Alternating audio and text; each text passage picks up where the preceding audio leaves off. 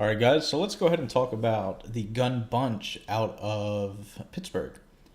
Now, I know gun bunch has been widely talked about. Everybody knows the majority of stuff in this formation, so I'm just going to go over everything really quickly. Plays that I use. We'll go ahead, let's talk about setting audibles first. I use tight end hook. I use corner strike, PA post, and then I use the mid draw. So those are my audibles. Now, you can get rid of tight end hook or corner strike depending on what you want for what I would recommend, which would be double cross. So, anyways, go ahead. We'll get into the plays first. So tight end hook. Pretty much, this is going to be a cover two beater.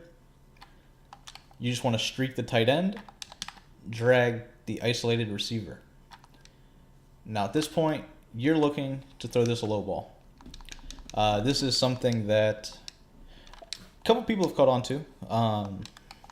Not everybody knows about it, but a couple people have caught on to it. I know Duke posted it. Scheeman, Bam is the one that actually found it. At least to my knowledge, he's the one that found it.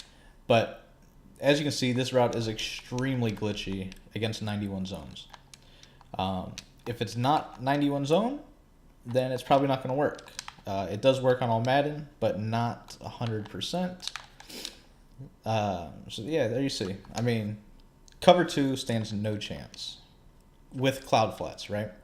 So now, if they are in hard flats, so we'll go ahead. If they're in hard flats, go ahead and make this adjustment. You technically can't throw this right away. You'll see he's playing underneath it, but you can throw it over top. So go ahead. You'll see at this point you cannot throw this because he's so far underneath that it's just going to be a pick, right?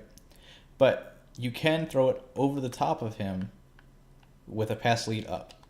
So we'll go ahead, we'll do it again. Now, I like to do this on the short side of the field. If you can do it on the wide side, although, matter of fact, I'll just show you here. So, streak tight end, drag. All right, so now if we play hard flats, right, it's going to give this 91 zone safety the ability to kind of bait you. You saw I threw that up with the left bumper, and I did that because if I would have thrown it regular, it would have definitely been a pick. You see, he's backpedaling at this point, just ready to jump. And once again, that's because it's the wide side of the field versus short side. So I recommend always doing this on the short side. That way, no matter if they're in cloud flats, hard flats, it doesn't matter. So now here you go. That was that was clouds. Here's going to be your hard flat. You can see you can throw it right over top of him. Like he doesn't have the ability to drop back and bait you. If you were to throw this regular though, so let me just, what's going on here? So if you were to throw this regular, it actually beat him that time. That was with a hard flat. So we'll do it again. Hard flat again. You see, like he's able to actually make a play on that ball if he's in a hard flat. So that's pretty much what you're looking to do. On that play, you are looking to hit that route. If that route is not there, say they're in a cover three with clouds or something, I don't know. But say it's not there. You're looking to hit the drag underneath, and you're looking to hit the in route being ran by the A receiver. So you'll see right here, you can low ball that A receiver. So pretty much you got a 3-route play. If they do something crazy, you know, like they're manning up,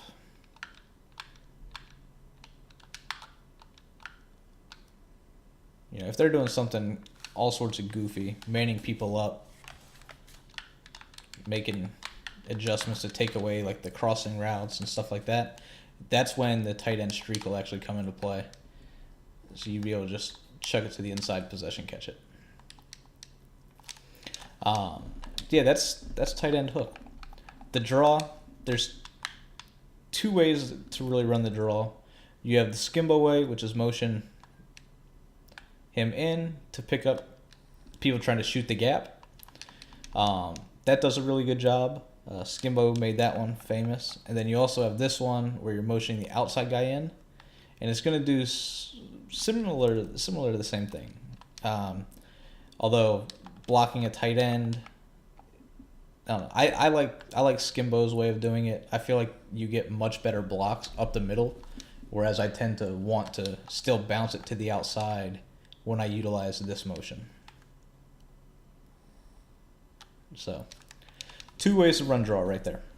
Technically, you could just quick hike it too, so that's 3. Or you could just go like that. Now we're going to move on to PA post. So PA post, you have a couple different ways of running this. My favorite way to run it is to streak the tight end, to drag B, and then motion B out. So that's my favorite way to run PA post, because it allows you to just pick and choose between the drag and then the angled post route. Go ahead, do this again.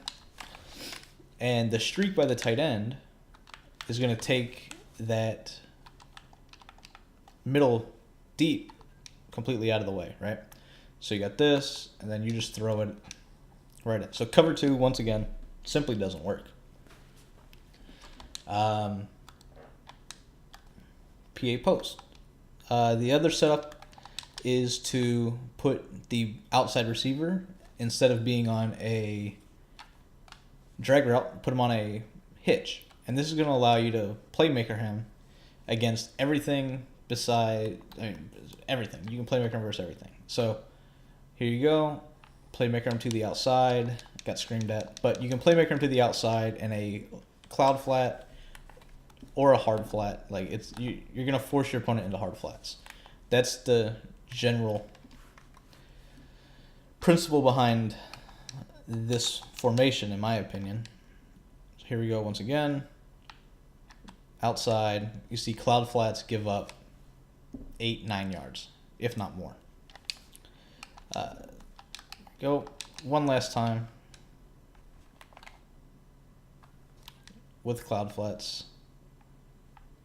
You can playmaker them back over the middle, pick up your 10 yards that way. So it's really a headache on the defense, especially considering they have to worry about the deep post, even with a middle linebacker in a deep blue.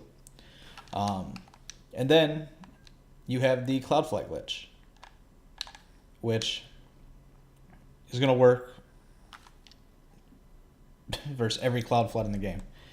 Now, the reason that it works out of this is because there's no, as my phone goes off, but there's no route on that side of the field. So it's basically always going to convert that cloud flat into man coverage. And even if it doesn't, as soon as he breaks, as soon as he's about to break back to the outside, you throw it.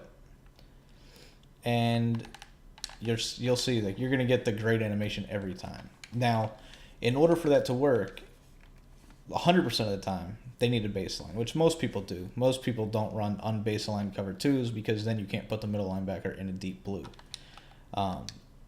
But, as you see, baseline cover 2, it's a legit risk to get a one-play touchdown against. That's why cover 2 has quickly fallen out of the meta. You don't see a whole lot of people in 3-3-5 anymore, and that's because of that. It's just so easy to dot. And then corner strike. So corner strike gives you the same exact thing, except now you can do it to both sides of the field. So here you go. Baseline cover. So as long as they baseline, you max protect. You could streak A, you could in route A, it doesn't really matter. But as soon as he breaks to the outside, you see how he dumbed out completely? That's 91 zone, and that's the reason why 91 zone is so broken. As soon as the quarterback, watch Gilmore. So as soon as I wind up, Gilmore jumps because he thinks he knows where the ball's going, right? So as soon as the wind up happens, he jumps to the middle of the field. And this is what allows us to get to the outside. I mean, 91 zone, like good corners, they're good to have. I mean, they're pretty much a must to have. But at the same time, if somebody's doing this, you can't run cover 2. You just can't. Now, I like to personally, since I'm playing Mutt, I like to put the A receiver, who we typically would have on a streak, I would like to put him on an in route because then I can playmaker him up the field as soon as my opponent like overplays the one of the 2 routes. Because a lot of the times you'll see your opponent's like you'll see the same thing here. Boom. Well, I forgot to base the line. If you don't base the line, you can pick it off. That's how you stop the C route glitches, by not base the line. Here we go. We're gonna base the line at a cover 2, middle linebacker, deep blue.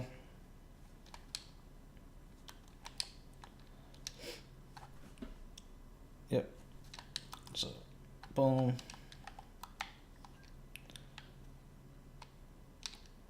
And you see, I actually threw that a second early, and it didn't matter. Like, he still just gets cooked. So yeah, that's basically corner strike. Now you can do corner strike other ways. One of the main ways that people like to run it is by dragging X. That way they have the C route glitch if they base the line. I really got to remember to base the line. They also have the 2 crossing routes. So it's very similar to what we were doing out of the play tight end hook, actually. That's a setup that a lot of people use. Other ways that people run it. So the counter to it before, like if you're going to base the line, the counter is to put your people in hard flats. Which if you put your people in hard flats, if they don't, so they would do something like this. You would have the flat going to one side, and you'd be glitching the C route on the other side. So as soon as you have hard flats, all right, boom, easy dot. If you have, so we got cloud flats, and we'll go hard flats again. So corner straight, you could do the exact same thing. So you would streak the tight end. And now this time you're looking to hit the C route on that side over there. So like it's very annoying. The reason bunch is so effective is it completely kills cover 2. And cover 2 has been the meta all year long. But that's also why I sit in cover 1, and I feel like cover 1 stops bunch really, really well. Because the majority of the routes, although they'll get open from time to time, I know what's coming. So I can bait my opponent into throwing what I want. But if your opponent is in cover 2 and they're just hell-bent in cover 2, they have no chance at stopping these plays right here, right? So that's it on those. Let's go ahead and talk about a couple other plays. So double cross, I mentioned this play. And that's because, say our opponent is not in cover 2, but we still want to use bunch, right? So set up streak the tight end, or streak A, drag X, max protect. You're going to motion this guy out. This is going to be very similar to mesh post. You got drag underneath, you got the post over the top, or you got the crossing route over top. This is a concept that is a must-have in any offense. And really, it's a perfect concept. Go ahead, do the same thing.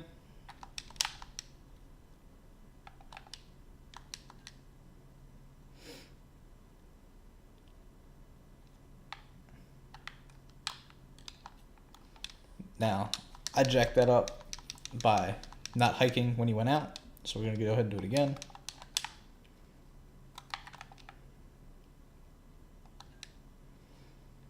So boom, drag underneath, post over the middle. Very simple play to run. Like I said, that's a concept that I'm going to use throughout the course of this game a lot. Go back to bunch. Other plays.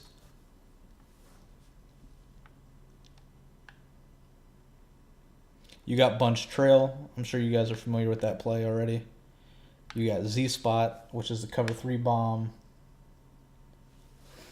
Deep corner. So one of the main plays that I struggle stopping is this play. Since I run a lot of man coverage at a cover 1, so here's my basic setup, right? So I'll do something like this. What really pops me is this play right here, because they'll drag the tight end, they'll have this corner route, they'll have a post, and they'll have the deep end. And like you see, like I have to pick and choose. It's either I pick the in route or I pick the deep corner. So this is a great play to use against man coverage. Once again, you can drag or slant the tight end and then just hike the ball. See, the slant's going to get open. You got the corner route's going to get open. The post gets open. It's really extremely difficult to stop this play from man. So I would much rather face the bunch out of West Coast than I would out of Pittsburgh. So here we go. Once again, you got the slant, you got the in route, and you got to pick and choose. Like, you will get burnt by the post if they have somebody faster than Chris Hogan. So like, we'll simulate it right here.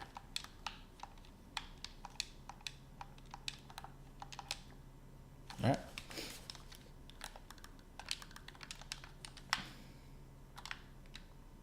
So this is basically something that I would do. Like, this is pretty much an exact setup. Right? Now, I didn't mean to do that. Get back over there. Motion him out 1 click. It's like, if I don't play the post with a fast receiver, it's a touchdown. So I'm pretty much forcing my opponent to hit that deep in, which is still a 10, 15-yard gain. So really good play to use against man coverage. Also is decent against zone. Not amazing. Here's cover 3 Mabel. Same setup. You're dragging to tight end. Motion the post out. A click.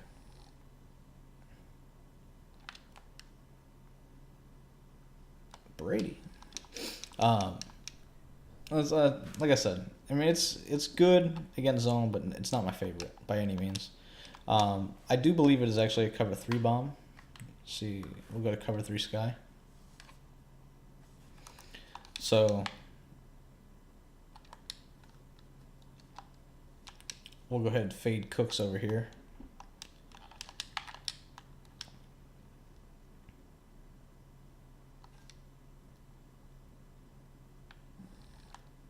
No, didn't actually work. Somebody told me that was a cover 3 bomb. I don't know if it is or isn't. It makes sense that it would be by fading the outside guy. Go ahead, cover 3 sky, baseline.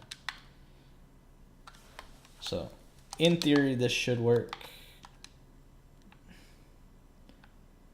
It's not.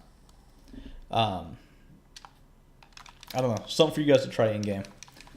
But I use that play against man coverage, even though it's rare that I face it. I do like that play against man.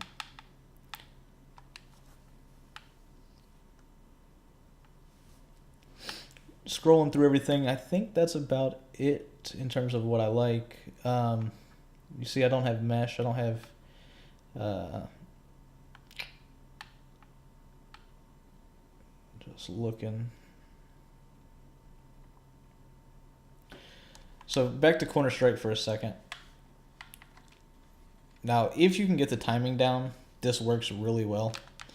But I tend to block my damn receiver more times than I don't. But if you were to take this corner out and you motion him like one click in and hike the ball, you're able to beat a lot of cover twos with that concept. Not amazing. It works much better out of mesh than it does out of corner strike, but it can work. That's it. That's it out of the gun bunch out of Pittsburgh. We're gonna keep these formations moving, guys.